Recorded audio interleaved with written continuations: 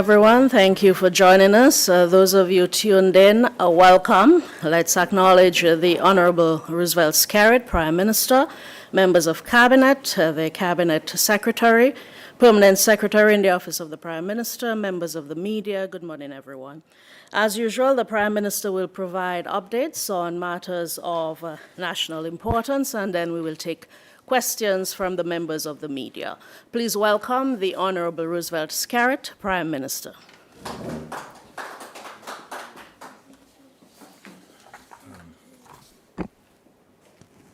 Morning. Good morning to the ladies and gentlemen from the media, my colleagues who are present, and of course to all those who are following the live broadcast of this press conference. Is yet another opportunity for us to engage the public and to share with you what's happening and to hear from the press on behalf of the people the questions that they may have seeking clarification and information.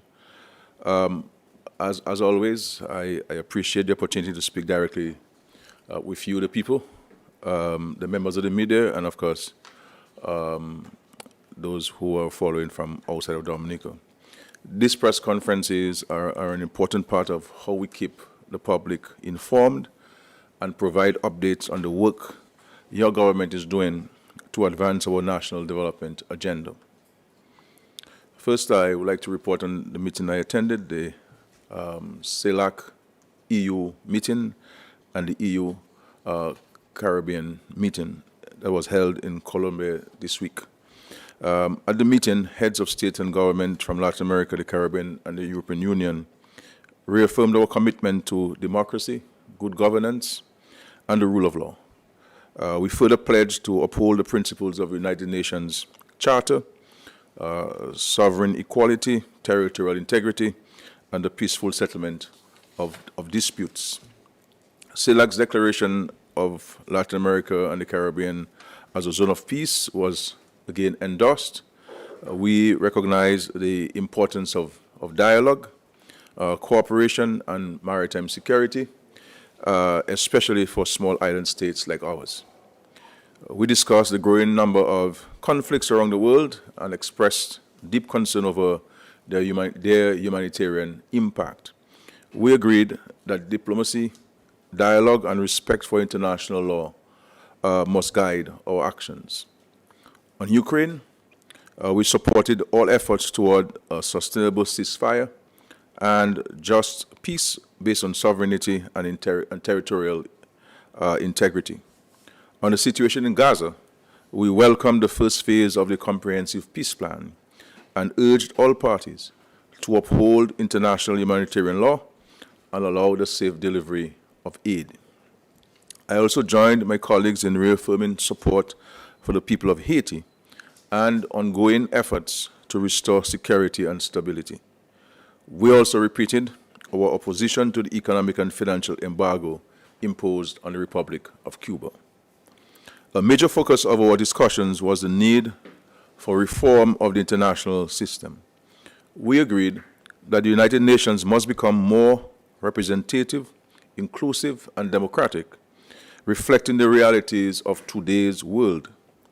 CELAC countries proposed that the next UN General Secretary should come from our region, and this received strong attention. We also supported reforms to the global financial architecture to make it more just and responsive to the needs of developing nations.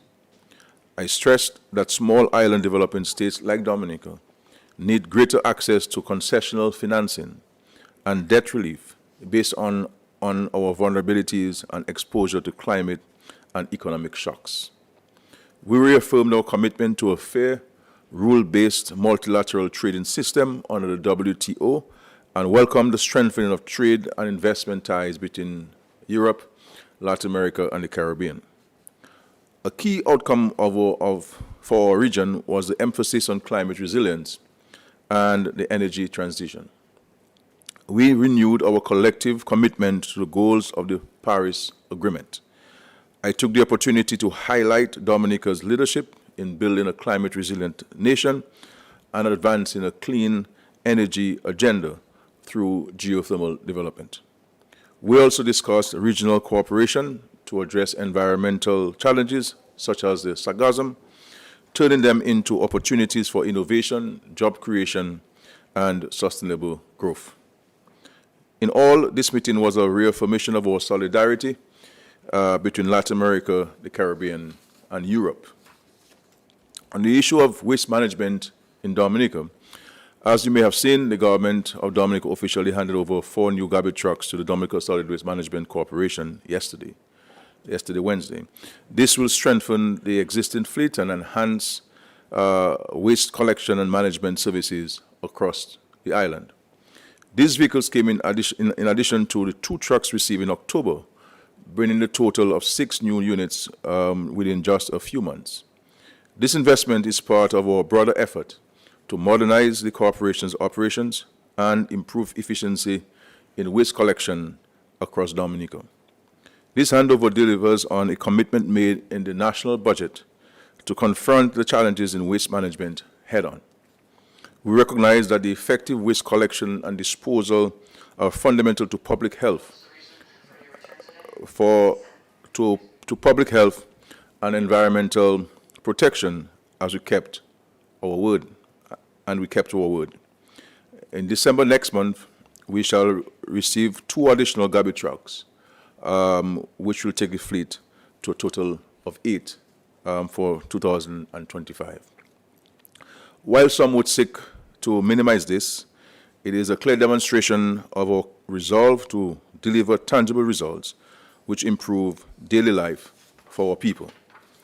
While government continues to invest in equipment and infrastructure, we must again stress that the success of our waste management system depends on each and every one of us. Proper garbage disposal is not just the responsibility of the Dominica Solid Waste Management Corporation. It is a shared duty of all citizens. We must each play our part by disposing of waste properly, reducing littering, and embracing practices such as recycling and composting wherever possible. I also want to inform the nation that Parliament will convene on November 25th, 2025, to give effect to several revenue measures outlined in this year's budget. Of course, further details will be shared in due course. On the issue of democracy and electoral reform, our democracy is built on the participation of our people. The right to vote is one of the most important freedoms we possess, a right that generations before us fought hard to secure and protect. The Registration of Electors Act 2025, a key pillar of electoral reform and modernization, requires all registered voters to confirm their registration with the electoral office during the 12-month period ending October 14th, 2026. This confirmation process is vital to maintaining an accurate and transparent voters list, ensuring that every eligible Dominican can freely exercise the right to vote when election time comes. The electoral office has reported that over 4,000 voters have already applied for confirmation of their registration as electors during the first month of the process. I urge every citizen, whether residing here in Dominica or abroad, to take a few moments to confirm your registration. Obviously, those who are residing abroad will have to come into Dominica to get confirmed as required by the law. I urge that you visit the nearest enrollment center in your constituency, follow the simple steps provided, and ensure that your name remains on the voters list. I will be confirming in the next couple of hours. So, yes. Let me turn now to concerns raised in recent weeks regarding aspects of the voter registration and confirmation process, matters which, in accordance with the Constitution, fall wholly and solely within the authority of the Electoral Commission. I hear people making statements, ascribing those statements to the Prime Minister. The Constitution is very clear. The electoral laws are very clear. we have no responsibility in respect to what the Commission does. The Constitution is very clear. The Electoral Commission is an independent creature of the Constitution. It is insulated. And so regarding the identification documents required for registration or confirmation, Parliament, through the Registration of Electors Act 2025, provided a clear and affordable alternative for persons without a government-issued ID, such as a passport, driver's license, or social security card. Regulation 8 allows anyone without a government-issued ID seeking to have his or her name entered on the voters' register, that is to register as a voter, as a first-time person voting, to use an affidavit of identity together with the person's certificate of birth and a passport-sized photograph, certified by a justice of the peace to be a true and correct image of that person as an alternative means of identification. These ID requirements were also provided for with respect to applicants for confirmation in SRO number 27 of 2025, issued by the Electoral Commission on July 24, 2025. They were fair, just, and consistent with the objective of electoral reform.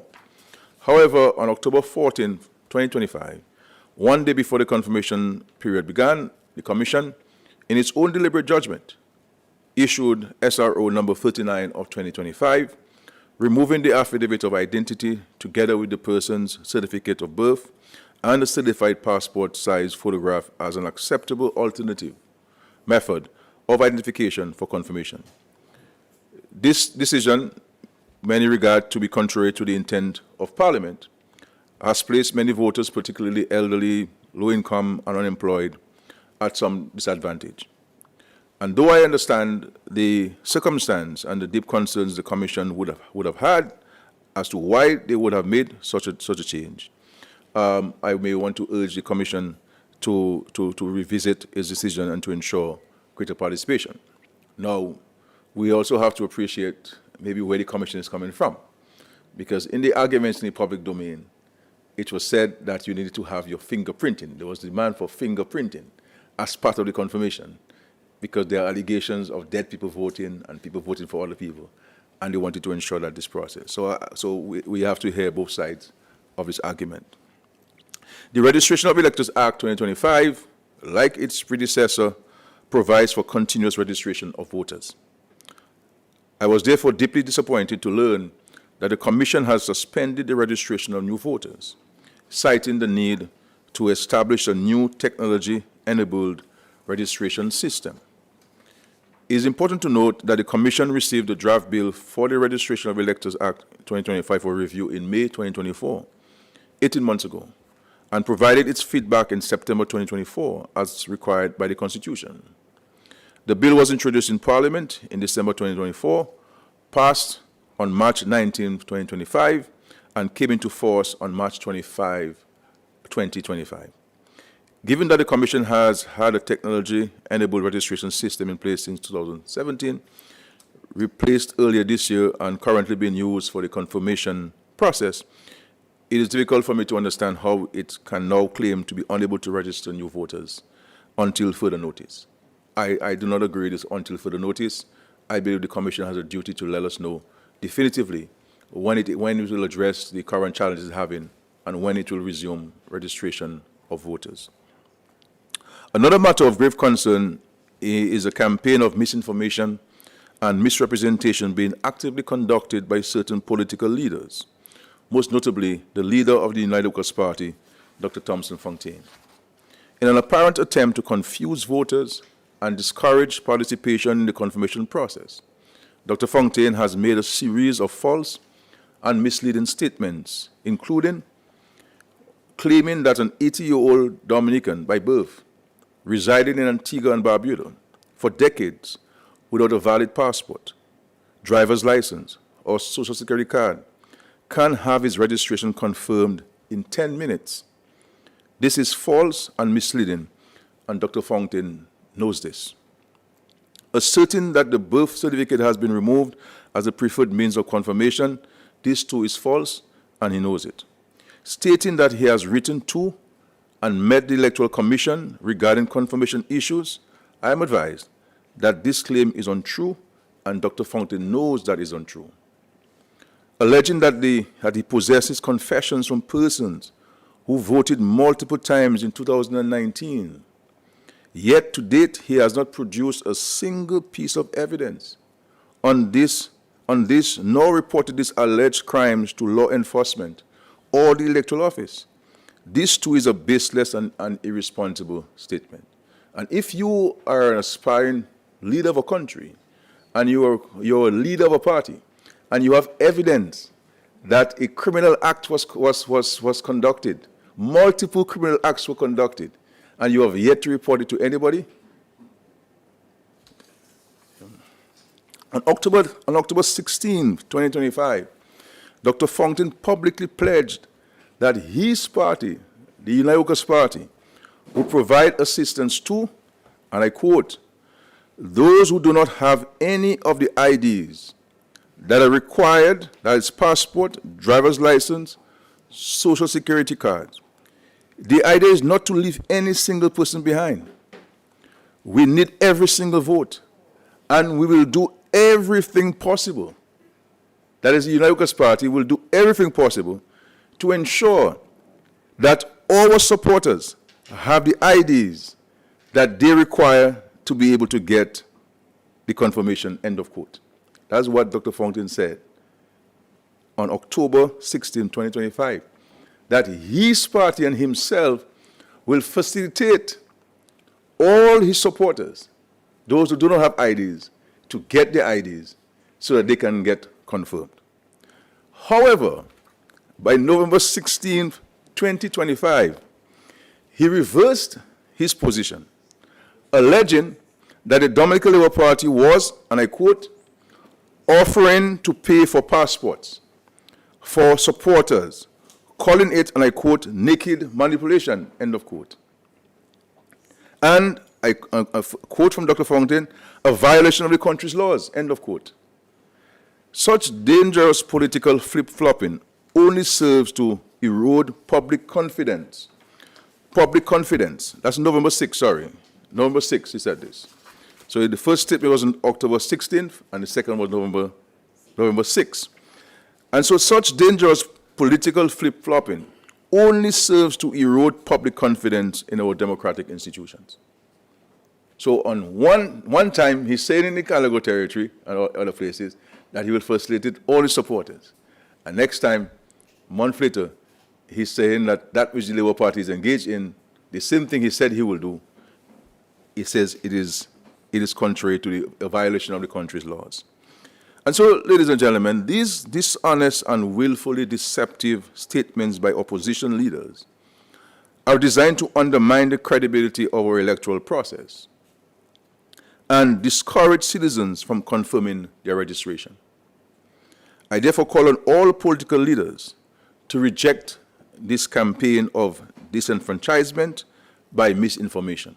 As a matter of fact, I call on all organizations to condemn this practice. Let us all instead work together to uphold the fairness, the transparency, and the integrity of our elections in the Commonwealth of Dominica. Our democracy depends on it, because in Dominica, every voice counts and every vote matters.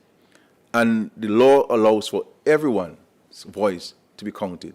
It is left to us as leaders to be responsible, to be honest, and to encourage everyone to exercise his franchise and his democratic and constitutional right to get either registered or confirmed to vote in Dominica's elections.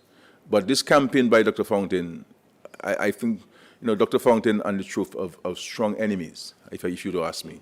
I think they are at serious odds with each other. The guy doesn't know truth. And it's unfortunate that this is who is parading to be the leader of the country. Similar to what happened in South Sudan, I guess it's trying to happen in Dominica. I will end here and to allow questions from the media. Thank you so much.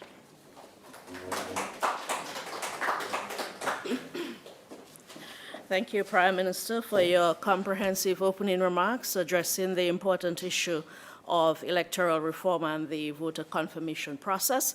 At this point, we open the floor for your questions on these and other matters, starting with Curtis Matthew of DBS Radio. Thank you very much, and good morning to you, Zion Jura Smith. Good morning, Prime Minister Skerrit, and everyone else, including Missy Henderson. Good morning. The Constitution of Dominica gives the Prime Minister the power to call general elections at his discretion. But some in Dominica have said the new election laws passed in Dominica recently, under which the confirmation process is going on, may prevent the Prime Minister from calling an election. Prime Minister, could you discuss that matter? That's my first question. I probably will end here and wait for Carlisle John Baptist next.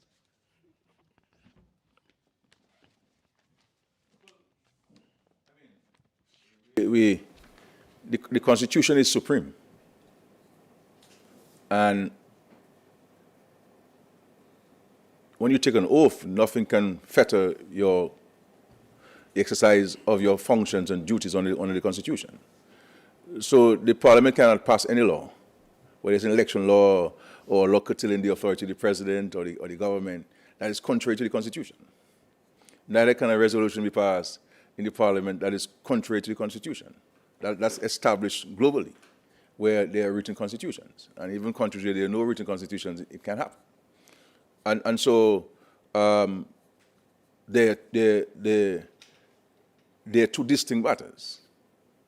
The Constitution is very clear that an election can be called in the country at any time by the President on the advice of the Prime Minister. And this is what the Constitution says. So that is supreme.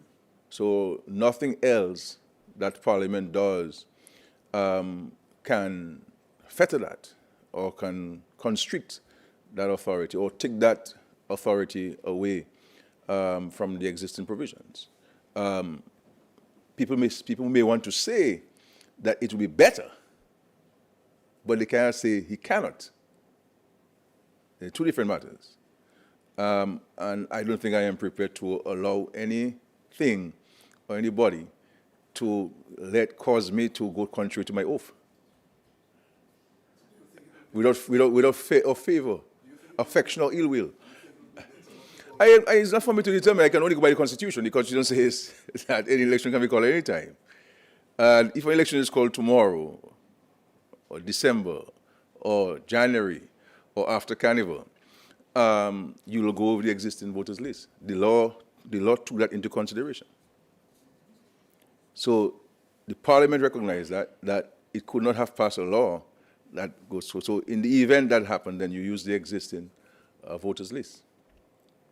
You understand?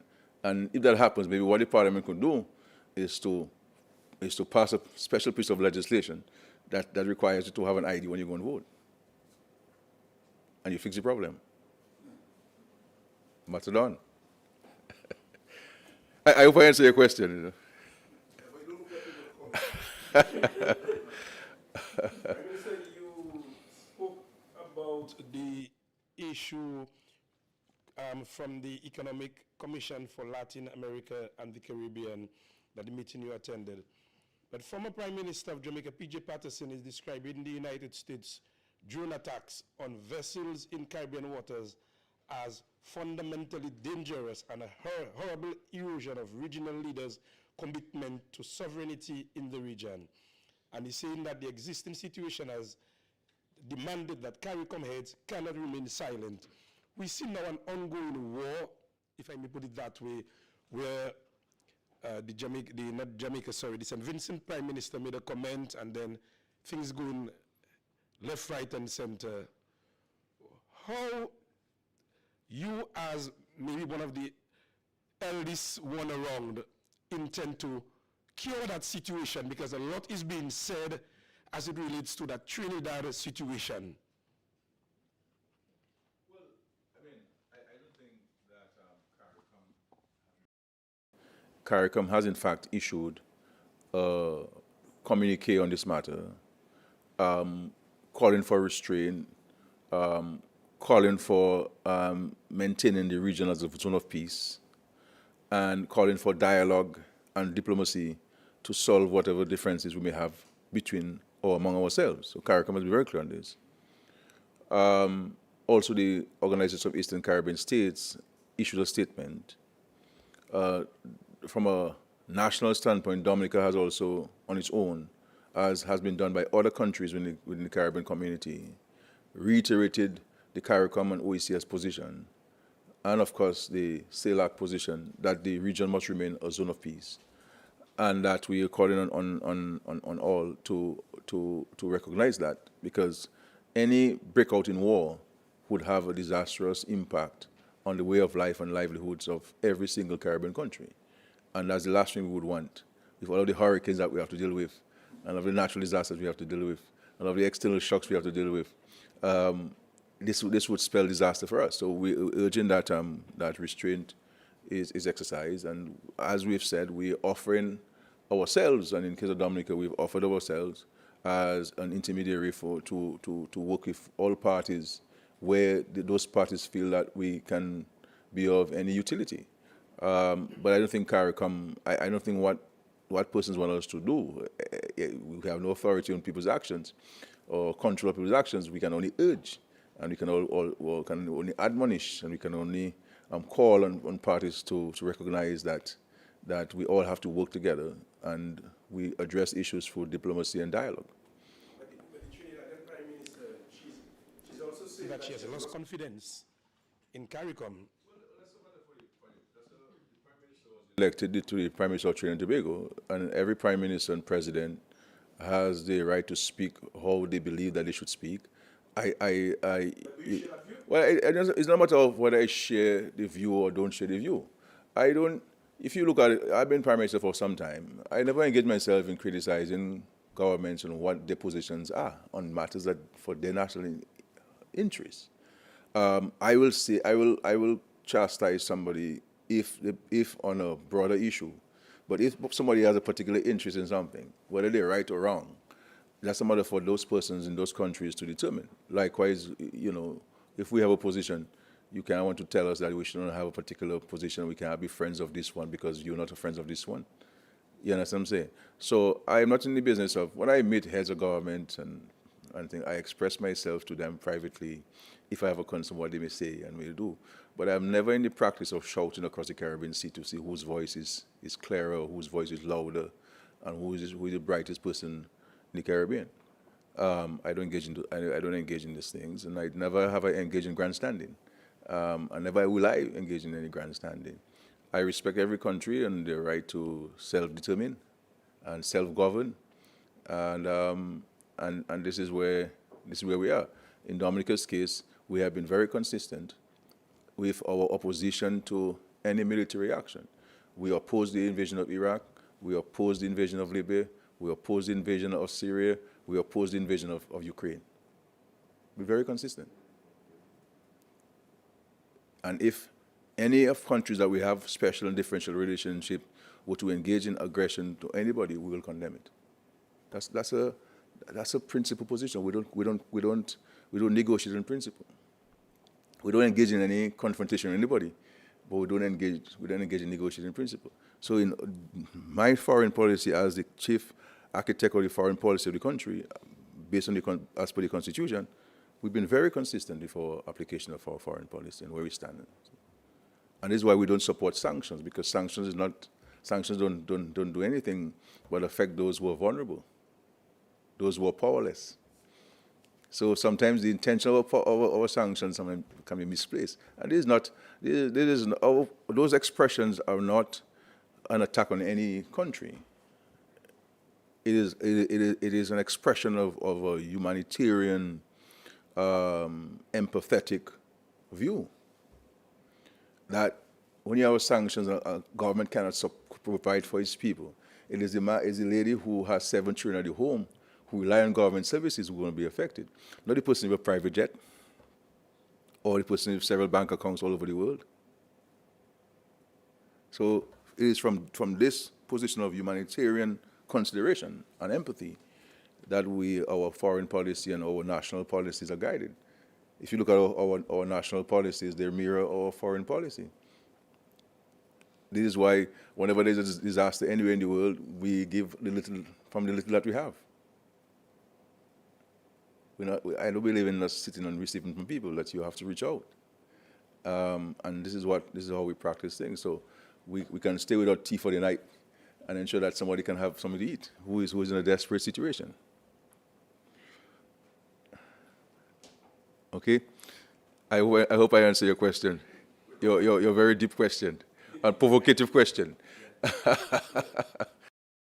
It's stated that you are standing in solidarity with both Prime Ministers, Dr. Ralph Gonsalves and Philip J. Pierre from St. Lucia, as they head into elections on the 1st and on the 27th of this month. And that is based on what? Can you explain the fact that you're standing in solidarity with these Prime Ministers? That is based on what? And the other question I would like to ask is about a minimum wage that you announced recently would come into effect on the 1st of December 2025.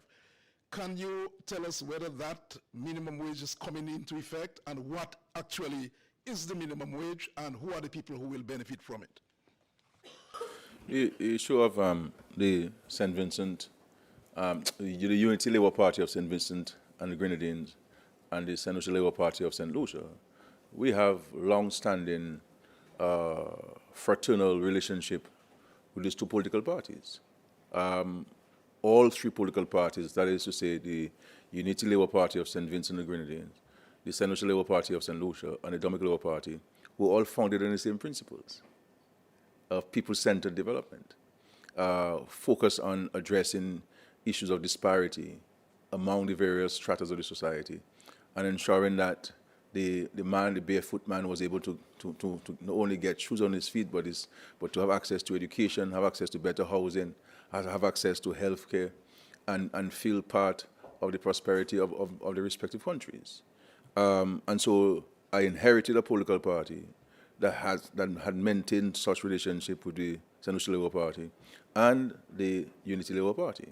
And I believe that as the current leader of the party, I have a duty and obligation to carry out the principles espoused by the founding fathers and those who have come before me in the leadership of the party. And outside of that, we maintain very personal friendships based on that historical connection with those political parties in St. Lucia and St. Vincent and the Grenadines. And we stand in solidarity with them at all material times, and we wish them well in these elections that they're now contesting. And we do hope that the voters of those countries will recognize the work that they've done and the promises of continuing the work that they've started and done, and that they will be returned to office. This is the solidarity we express. This is the support we determine. At the end of the day, it is the voters of those countries who will determine who leads them for the next 5 years. And as customary, we will work with whoever is elected. I have worked with dozens of prime ministers and presidents in my time, maybe over 60 or so in my 20 years. And they will all tell you that I maintain good relations with all of them because I respect government. But insofar as political solidarity and political camaraderie and standing with those political parties, we have a special and differential relationship as a Dominican Labour Party with the SLP and with the Unity Labour Party. And we will provide whatever support that we provided, as they do in our time of battle, to support them. This is not a secret. It is well known, it is well established, and we look forward to the victories of those two political parties. Do you intend to go to St. Vincent or St. Lucia to support these parties on the ground? I have not made that determination, but I speak to everybody on an ongoing basis. I don't have to tell me what I'm doing, what I'm not doing. From a party standpoint, I never discuss party issues publicly, like this. But they're in our thoughts, they're in our prayers, and we stand in solidarity with them. We have good relations with everybody, and look forward to that. The minimum wage, of course, the ministry concerned will give you some update on that, but I'm hoping that we have put a system in place to have it commence December 1, to be effective December 1, so that people can see the reflection of that in their pay packet for Christmas. It was intention of having it on the 1st of October. The private sector asked for some more time. I believe 2 months would have been reasonable in the circumstance. We have to recognize that it is since 2021 that these people have not gotten a raise, and everybody else in the country has gotten a raise. And everybody, whether it's public service or those who are represented by unions in the private sector, they all gotten a raise. And I don't think that the intention of the Parliament was to allow the employees to be at the benevolence or the goodwill or the bad will of the employer. I think if the law wasn't present, and these people could join the unions to get a better pay, they would have gotten a better pay a long time ago. You understand? And I believe that we may need to look at this issue and to see whether we should not scrap this legislation entirely and let these employers be unionized and let the unions negotiate on their behalf. I don't believe it is fair to them that we have to go to Parliament to have this thing done, or SRO to have this thing done, when others get theirs with no SRO. So I think that's something that the government we need to look at and to decide whether we need this legislation to determine the minimum wage. That let the market forces determine the minimum wage and let these people, like everybody else in the country who has a right to be represented by a union, let them be represented by a union. And let them get their union to negotiate with them. So I think it's a conversation we need to have. There may be different views, and I respect that. I am not articulating a decision of the government, so I don't want to misunderstand or misrepresent what I'm saying. But I believe that we need to have a conversation as to whether in the second decade of the 21st century, with all of what has happened in the world, Dominica included, whether this legislation is fit for purpose or relevant in the current circumstance. But I'm hoping that, my final point, I'm hoping that the employers can understand this, that to have motivated employees, they take a look at something better. And so if you can take a $10,000 less in dividend and spread it around the employees, who giving you the millions and the hundreds of thousands, for Christ's sake, let us all eat ham together for Christmas. Not some. I'm hoping that you put this system in place. It must happen. It has to happen. We can't have people getting this little pay that they're getting for. And the intention was to have done it in 2021, and because of COVID, we didn't get it done. So it should have been done in 2021. This should have been another increase. So we have 4 years delayed because of COVID and other extraneous circumstances. You understand? But I believe that we have to watch the working class and the circumstance, the rent, the people, the fact that there have been price variations, you know what I'm saying, that you're paying more to transport somebody from one village to Roseau. I mean, people have school fees to pay in some schools, you know, so we have to look out for these people. And so I believe that we have to, all of us have a duty to maintain the dignity of human beings and the sense of that everybody is being looked after, you know, albeit at different times, but we cannot. Okay, so that's my intention. But I was on the cabinet last week, so this week, but I'm hoping that we put systems in place. I announced it since November 3rd. This is November 13. I know I work faster than the government, but for Christ's sake, I mean, it's 10 days. Minister, I see a lawsuit making its way out as it relates to the international airport. I saw something from the former chief physical planner. My question is, Ms. Edwards, Annie Edwards, former chief, yes. My question is, will that in any way, shape, or form slow down the progress of work being made on the international airport? Because I see the documents are being asked for and letters are circulating. My next question is, You earlier on spoke about assistance for Jamaica, but I'm not sure I've heard yet what will the government be doing to assist Jamaica as it relates to assistance. And also, it's early days, but people are saying, I remember asking that question last year, and as it relates to the assistance for barrels, Christmas is around the corner, and people said that, look, the time it was announced, it came very late. So will the government be looking at that much earlier so people can just get their little goodies, you know, a little earlier? And my next question is an update on the lights at the stadium. What is the update on the lights at the stadium? Thank you. Yeah, on the issue of the various legal challenges to the international airport, obviously it will slow down the airport. Obviously it will have a negative impact on the airport, because when we should be focusing on pushing the physical work at the airport, we now have to deal with legal issues, look at affidavits, talk to lawyers, talk to state attorneys, go to court. It takes the time of all the senior public officers who are responsible for overseeing the various aspects of the airport. So it's going to slow down. It is wasted money, you know, that you have to expend on this thing, and it's unfortunate. It's unfortunate that that these actions have been taken. There's no motivation other than, there's no public interest in what I've read, other than motivated by political consideration. And I think that this airport is not for me, you know. People must not, it's not, I mean, unfortunately or fortunately, I'm the one who is responsible as Prime Minister to advance it.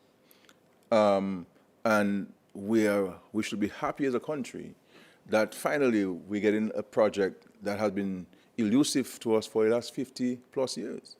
And we're building the airport, utilizing the CBI program with all of its uncertainties. And instead we try to fast track it and to ensure that we can get to a level of satisfaction, we're spending time in the country to try to undermine it. And instead of we trying to see how we can position ourselves as citizens and residents of the country to benefit from the opportunities that the airport will create, we fight among ourselves. We fight among ourselves. Why are we fighting among ourselves for a project that everybody has said in the country that is needed? You know, and we can appreciate the kind of dramatic impact it's going to have on the transformation of the economy, the creation of jobs.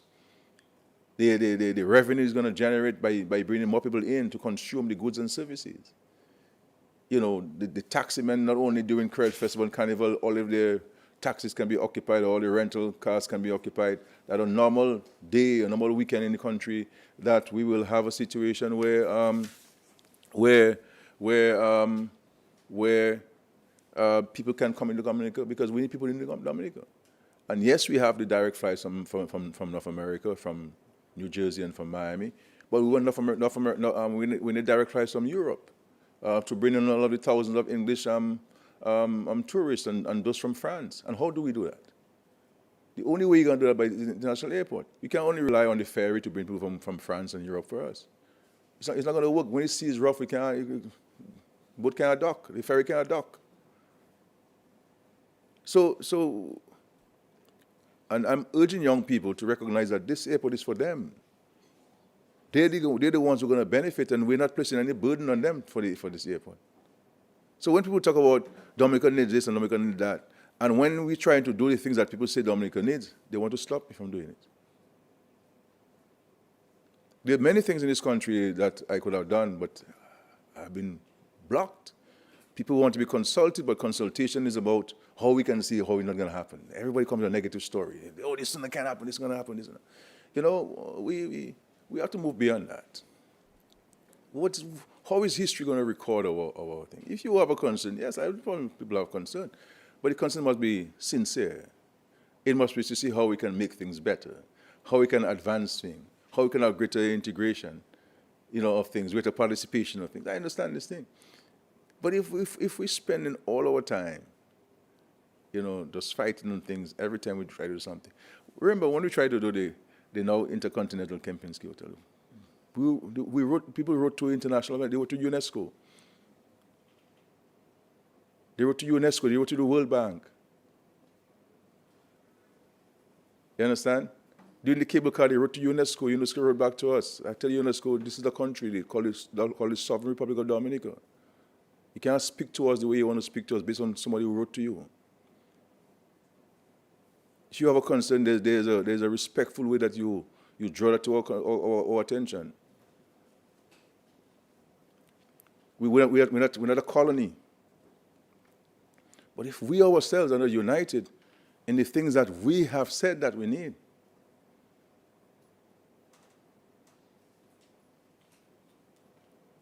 when we land in Barbados and we land in Antigua and we see all of these jet bridges, or we all want these jet bridges, how you can get it? On Douglas Charles or Canefield, put it at Canefield? Let's put a jet bridge at Canefield. And let's leave it as that, and let's stop the airport and do something else. But it cannot be everything you try to do in the country to benefit the people of the country that we have to find ourselves fighting it down. It's not right. It is not fair to the people who are waiting for opportunity. And sometimes a lot of people who do that are people who retired, whose pension is short. But we, the young people in particular, need to stand up against those things. Because people are trying to deny us opportunities, a better future. Because as the current generation of leaders, our duty and obligation is to bequeath the country to the succeeding generations better than how we got it. That's my duty, you know. And that's the duty of every human being. That's the duty of every parent.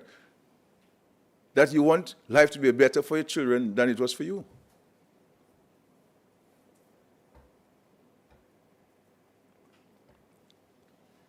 You understand? This is why, if you look at government policy on education, I know what it is to study at a foreign university without any government support. And I could have said, okay, well, I studied with the government support, and hell the students who want to go to school, let them go and fetch the money. No, I do not want any child to go for this thing. And even if people are expressing ingratitude and making all kind of negative comments and not showing appreciation to the government and the taxpayers of the country, we still personally for government policy because we do it on a principle basis.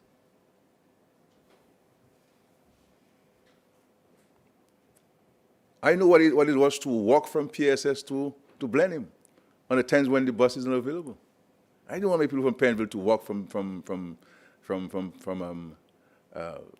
PSS to Penville. No, we provide transportation for them. Free bus fare. A lot of us know what is cutting the pencil in two and tying the piece to your belt so you don't get it lost. Our children, they sharpen one pencil, it gets a quarter away, they throw it away, and they have another one. You know, if eraser break, back in days when eraser break, you have to hold it and see where you can put it in your bag to use it next time. And parents used to cut an exercise book in two. Kala, you know that? Your mother used to cut an exercise book in two. Cut your pencil in two. Kala, Curtis, you know that? General Jacobs. You know, but we can't forget those things. We have to be reminded of these things and to ensure that we have to continue to be motivated to make life better for current and succeeding generations. But if every time you try to do something that is progressive, that is developmental, that's going to change people's lives, then you have people in dark rooms trying to undermine these things. It's not fair. It's not fair to the people. It's not fair to the country. Okay? With regards to Jamaica, we have been providing support through the Ministry of Health. We have the Ministry of Health, and there's some doctors who are, they left already, so they'll be leaving very soon for Jamaica because they requested medical doctors. We've also provided them with some medical supplies based on the priority list. We also, Dominic has sent some linemen to Jamaica, and the government will also provide some additional support to them And of course, that will be expressed to the government of Jamaica directly and so forth. So we stand in solidarity with them. We're in touch with the government there. They have a monumental task. You know, it reminds us of our own experiences. I can only, I understand what the Prime Minister of Jamaica has to deal with on a daily basis. And our hope and prayer is that the international community will not only deliver relief, which is needed now, but will also help in a dramatic way with recovery, because that's where the challenge is. It's recovery. When you have to rebuild homes, rebuild bridges, rebuild schools, rebuild hospitals. You know, people have lost their livelihoods, everything they worked for. You have to reinstate their livelihoods, their earnings, you know, and to give people hope. Because somebody who worked for 70 years earning everything and in an hour or two is washed away, blown away. We saw it in Dominica. I mean, I believe I was maybe the only one who felt that Dominica could rebound. I mean, I was just seeing people at the ferry terminal leaving and they're going, and this place is not going to come back, and people are just leaving. Able-bodied men will just pack and go, and I don't blame them, because the situation was terrible in Dominica. It was dramatic. You understand? It is impossible that you could think of anywhere Dominica could have overcome these challenges. And on this score, my caution to us is that we must not take what we have for granted, because in 56 minutes it can be washed away. And we'll be grateful to God. And grateful to those who God has placed to assist us too. Don't forget that. But and so this is the issue on climate change, and this is having catastrophic impact on our livelihood. You know, and we discussed that at the EU CELAC summit, the CARICOM summit. I was very forceful on this and urged the European Union, notwithstanding the support that they give Jamaica thus far, with the aid relief, but they need to be there in Jamaica for the reconstruction. Because the challenge you have when you have these disasters is that you have to run the existing country on one hand and rebuild the country at the same time. And the sheer cost, you know, the sheer cost of that, because you're really running two countries at the same time, the sheer challenges and so on, and this is what we experience there, you know. But we can only understand this. The barrel stuff, it will come. The Minister of Finance has heard you, and I'm hoping that he can bring the paper to the cabinet soon on that. But always saying to those with the barrel stuff, bring things that you really need. Do not try to stow away things in the barrel. We will catch you and will prosecute you to the full extent of the law. Bring in food items that you can enjoy a good Christmas. And things, and do not bring things in barrel that you know you're going to sell it big money for the people. It's for your domestic consumption, not for your commercial use. Okay, so that's my urging, but we'll certainly put in place. And I take note of the earlier time, so that I suspect you have some barrels coming in, Carlisle. No.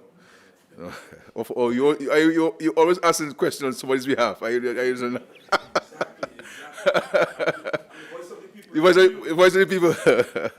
All right, and of course the lights, I understand the containers with all of the fixtures are here. I think 10 or so containers. They're on the way. They're still on the way. So long are you on the way? That way long, Baba. You have to go back to Guadeloupe? Because of what issue? The waves. But the sea comes so long, all it does is the car. Waves? I mean, little boats going to Guadeloupe back and forth every day. And the saints, no, we have to, the government has to do about it. This excuses we're using, we go to Guadeloupe and this and that, and then hurricane in Jamaica is going to affect it. And now he's having waves? I don't know. I don't know. Tell me. I just think. Tell me. Next all tell me. Well, independence just passed. So anyway, find a way this containers are for me, please, because so long I hear these containers on their way, and I thought they were here. That's why I'm saying they're here. I thought they were here. You know, but please find a way these containers are, please. But the schedule, as I understand it, is that everything will be up in January. Okay. And I am hoping that they factor in the delay, both during the Carol Festival and, of course, this containers, so that they can work night and day. This idea of we going home, people washing their feet and their face at 2:30 in the afternoon and going home and sleep and so on, with lights and so on, you'd have to work until you're tired, not until 4 o'clock. Yes, ma'am. Sorry. The question, whilst we're on the topic of Jamaica, what are we doing for our students over there at this present moment? Because, I mean, we haven't heard much about them right now. And also, what is the update on, we just kick-started the free movement between ourselves and a few other CARICOM countries. Have we seen any significant impact in that regard?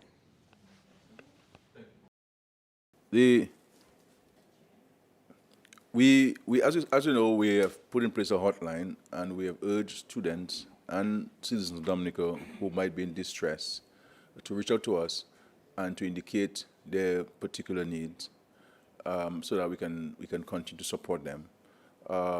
We have heard so far from 2 students. I've also heard from a Dominican citizen who is resident in Jamaica, and we'll be providing that person and the students with the support that they requested.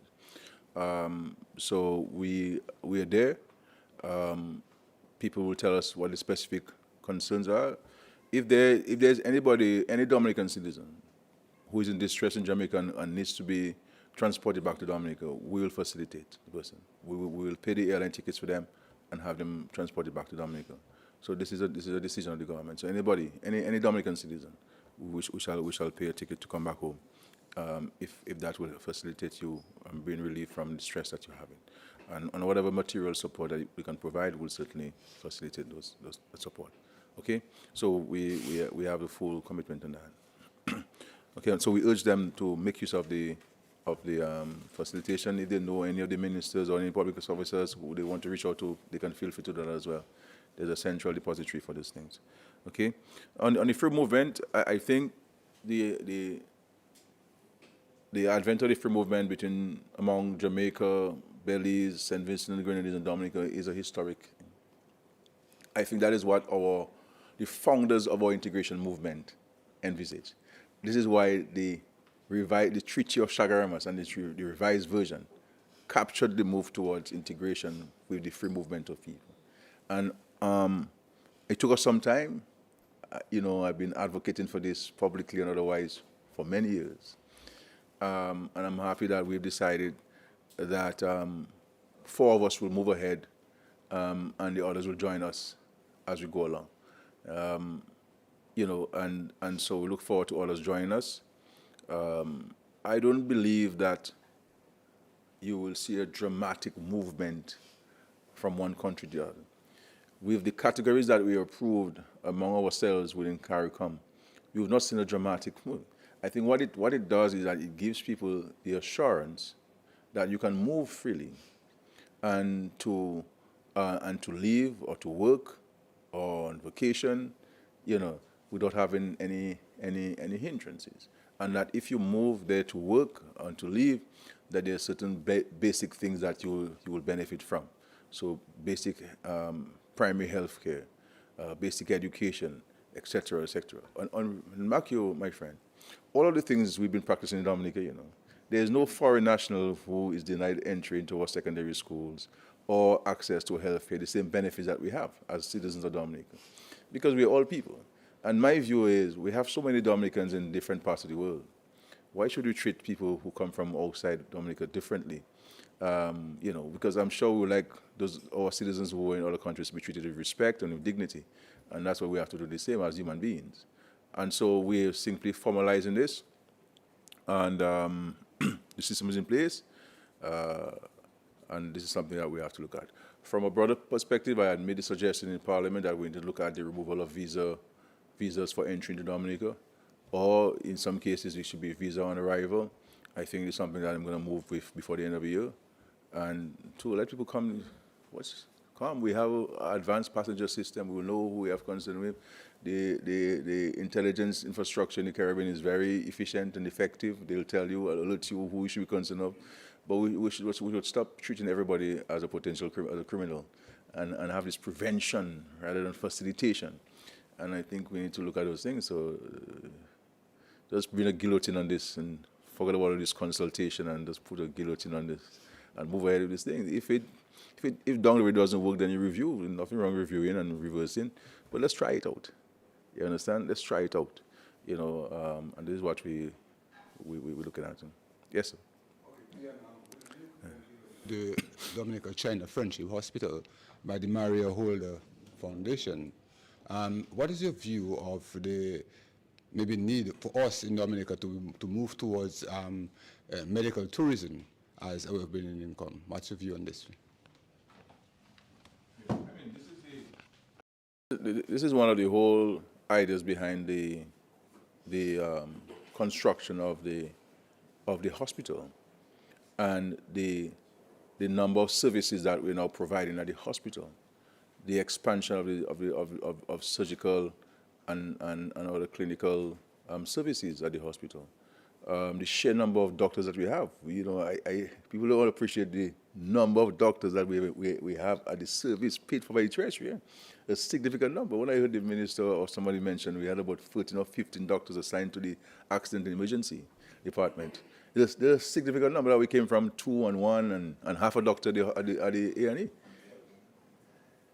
It's a significant number. You understand?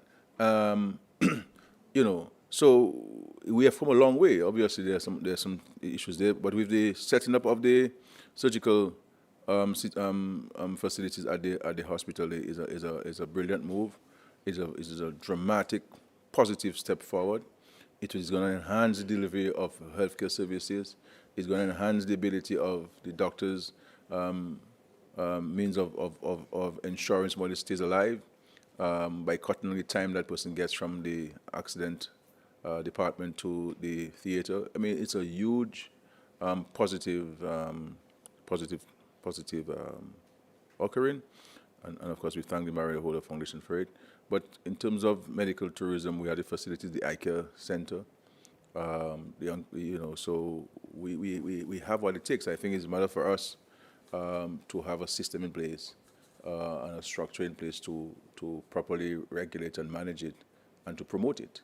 And I think this is where DHTA and all those persons who have the properties, the Ministry of Tourism, Ministry of so I really believe that should be led by the private sector, and the government can facilitate it. But I believe that should be taken over by the private sector, and to see how they can utilize the state services to advance medical tourism. You understand? Because these are more private sector matters rather than public sector. But we have in place the foundation, and of course, here you go with the international airport, and this further will enhance the ability of people to get in and get out in a safer manner. Because Douglas just has its own limitations, and so you guarantee that planes are more likely to land at the new airport, international airport, than Douglas Charles, and all of these things come into place. Yes, sir. As you're speaking about safety, PM, will government or is government contemplating legislation for mandatory evacuation? Because we know so often when you tell people in low-lying areas to leave, they do not leave, then the lives and property, they give the police stress. Maybe the time has come for government to look at that. Is that something that your government will be looking at in terms of legislation for mandatory evacuation? Yeah, this has been raised many times. Even with the drafting of the legislation, the enhanced legislation on disaster management and preparedness and management, this has been discussed. Obviously, you're talking about people's freedoms and people's right. So you have to be careful with this. I believe that there must be a warning system in place, like the United States, where after a period, cut off time, then you're on your own. You understand? And so whatever happens to you, then you will suffer the consequences. So in the United States, in some states, they have a warning system. So the emergency people go to you, sir, you have to move, you have to evacuate. They come back to you later, sir, you have to evacuate. And at some point, when they leave, don't call them. You won't hear from them. because they have now decided, you have now decided to exercise your right to remain where you own your property, the state can't remove your property because you have all those issues of your right to property and the right to enjoy your property under any circumstance. So you have to be very careful with how you intrude on somebody's rights and you affect somebody's rights. So all of these issues that you want us to take in consideration in seeking to ensure that people are safe. You understand? But I believe that we may want to adopt the United States system. I suggested when we were having the consultations back then, so that you have a warning threshold, warning system. After a while, that's it. So if your house blown away, washed away, that's your responsibility. And if you are in distress, if we can come to look for you, we come to look for you. We can't, nobody's going to risk their life to come to you because they ask you to move. So I think sometimes I don't think the parliament can legislate everything. I think people have to take responsibility for some aspects of their life. And, and so parliament has to be careful that it doesn't overreach and take responsibility of how people breathe and how people eat and what people drink and how people sleep and when they go to bed and these things. You have to be very careful if how far you go insofar as legislating people's behaviors and actions. The last three. How many medical practitioners have been sent to Jamaica? I think some announcement came in a while ago that we are sending some people to Jamaica. So how many?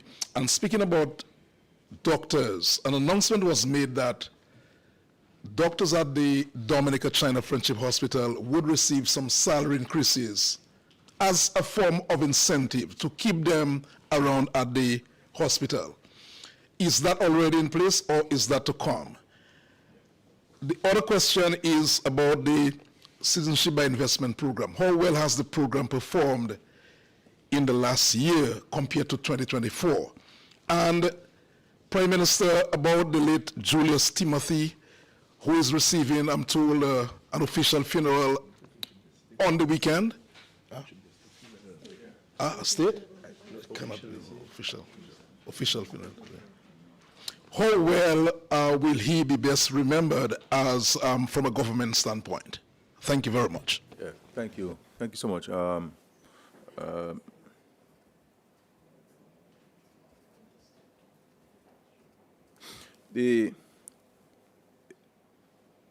My understanding is so far there are 2 doctors who will be sent to Jamaica. They will leave on November 18th.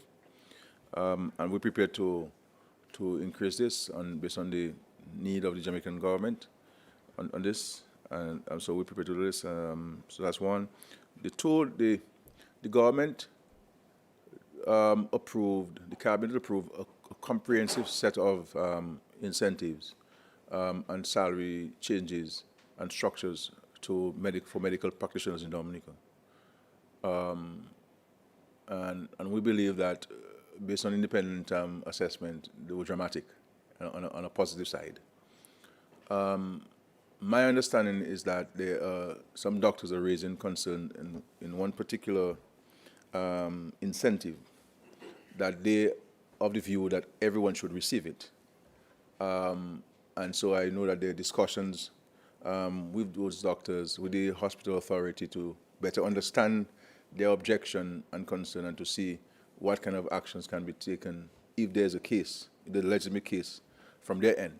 Now, what we sought to do, Curtis, as you know, doctors are allowed to, they are fully employed by the state, but they are allowed to have private practice. Now, as it is, the law doesn't allow it, because the law doesn't allow a public officer to go and work without their approval. So, in the Aegis chambers, because the limited number of people that we have in the judiciary, not necessarily the administrative arm of the legal affairs, the magistrates and the state attorneys and the DPP and others, that we have provided them with what is called an inducement allowance. And that allowance is on top of the law of private practice. And this was an effort towards offering them a better pay package. so they enjoy that because, as you know, they are not allowed to work in the private sector as lawyers or attorneys. And so you have a situation where there are some doctors at the hospital who are full-time employees of the state and who are not engaged in private practice.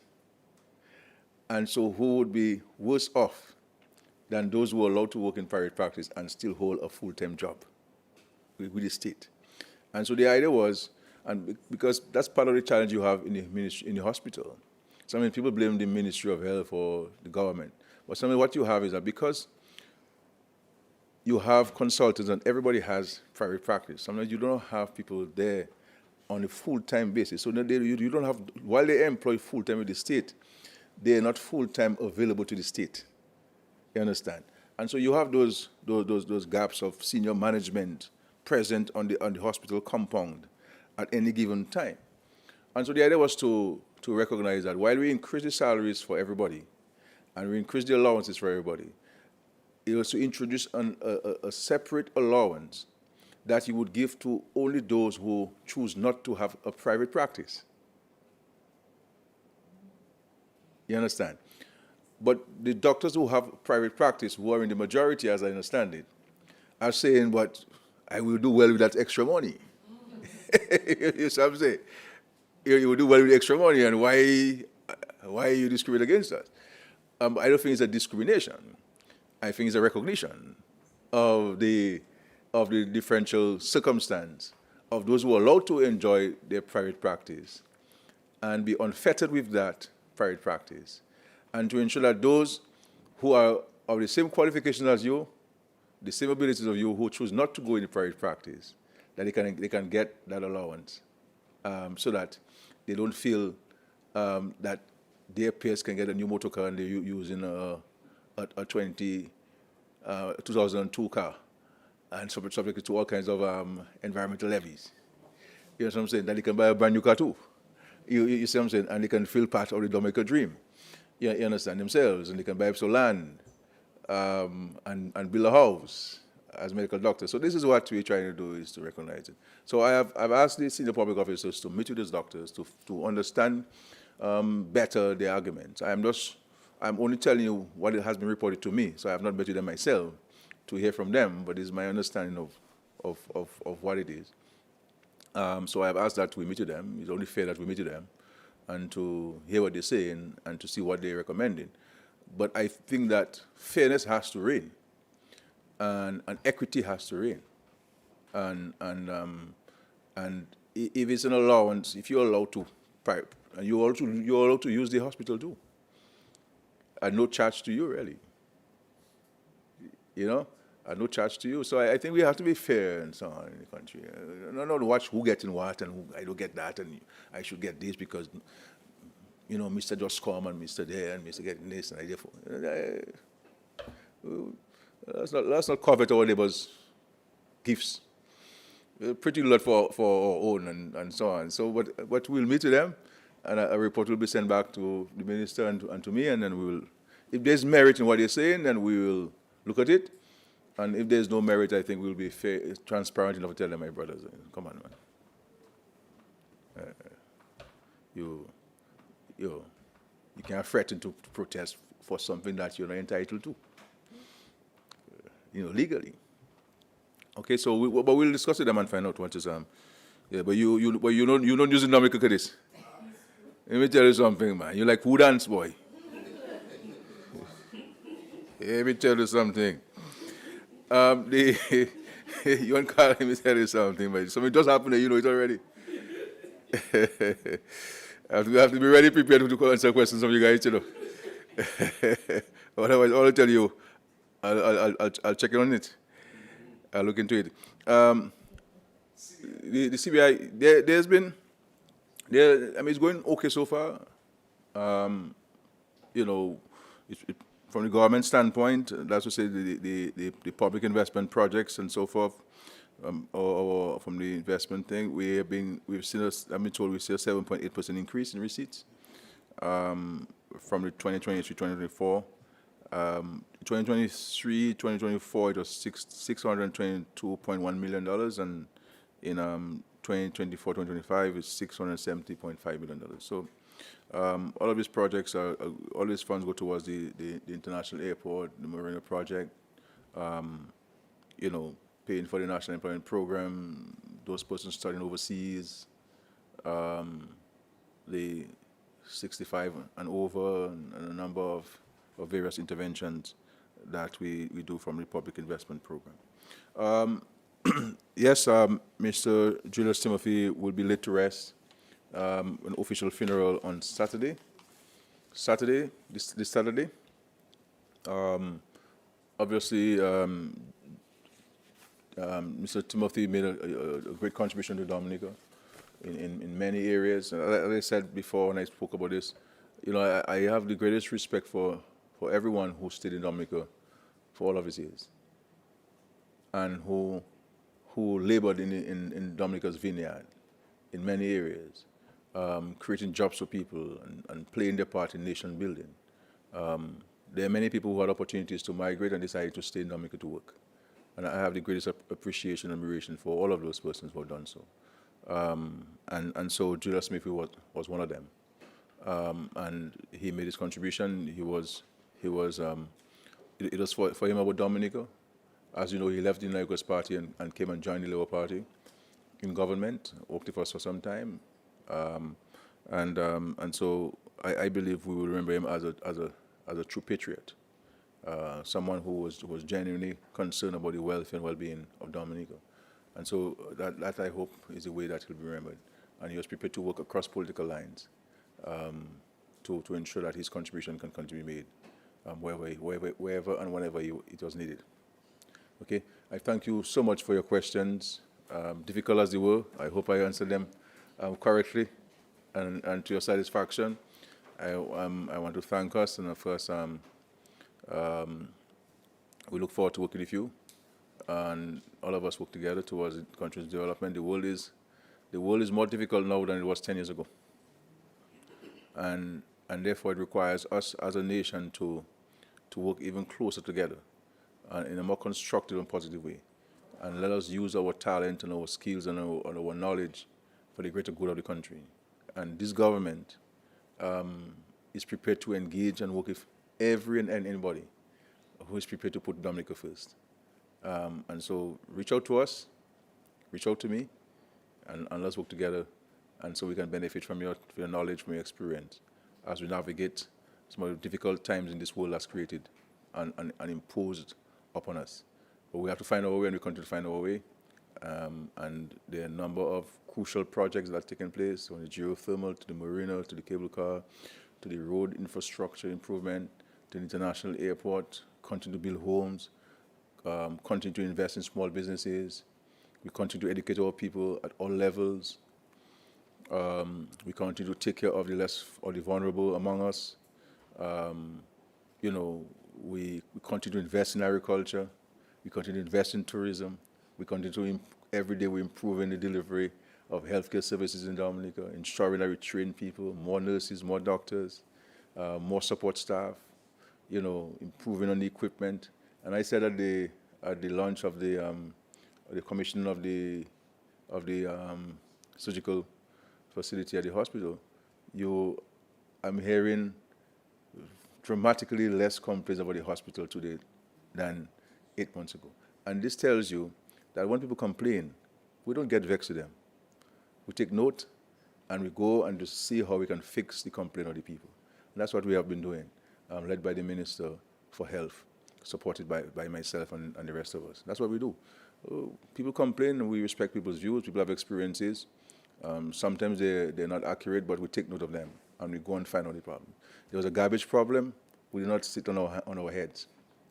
We put a system in place. This is why we have the garbage trucks today, and so forth, and in improving the capacity of the Solid Waste Corporation. We have deployed additional human resources to the Solid Waste Corporation to addressing the issue.